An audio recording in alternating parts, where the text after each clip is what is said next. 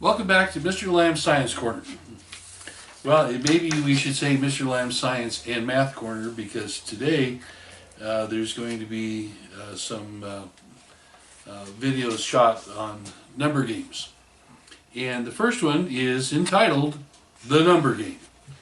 And it's really simple, playable by kids of basically, once they learn their numbers, any age. So that's at least by first grade, I would imagine. The number game: paper, chalkboard, whiteboard.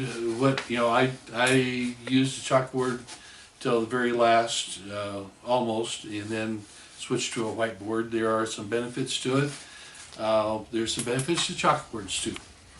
Anyway, whatever you happen to have. Two players.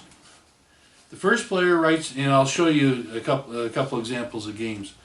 The first person writes down a number between 1 and 10. Can be 1, can be 10. The second person adds 1 to 10 to that and writes down the new number. And then you keep going until you hit 100. Okay, so keep taking turns until someone keeps getting to 100. That person who wrote down 100 is the winner. Unless you want to agree to change things up and make that person who writes 100 lose. If you do, each game is going to take longer, because as soon as you get to 90, then the next person would, if 100 is a winner, then they're going to write down 100. Game over.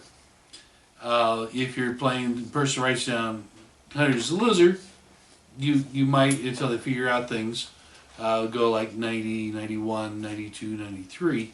Although somebody surely is going to figure out real quick that if somebody writes down 90, then if you write down 99, then the next person has to write down 100. So either way, just agree how you're going to do it.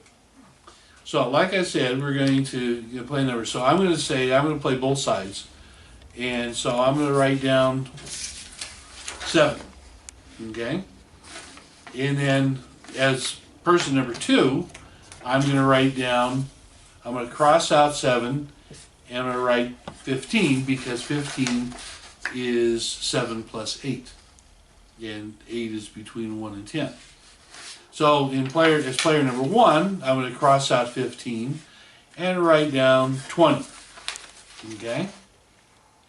And then as player number 2, I'm going to write down 20 and I'm going to write 30, because I can do that.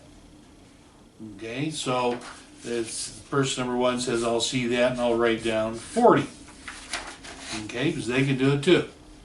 And so as person number 2, I'm going to write down, well, I'm going to go 41.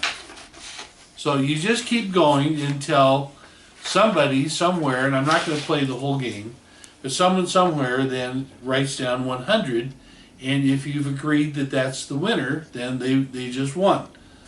If you agreed that that's the loser, then of course they just lost. So you can play it both ways. Both ways are fun. You can do something to while away the time if you happen to have any spare time, in the classroom, or if you're homeschooled, then it may be something that you may want to take up with your child.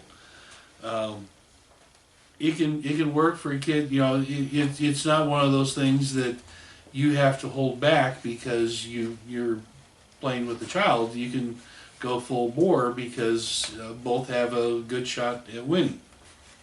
So anyway, so the number game is what it's called. The number game. Okay? Thank you very much.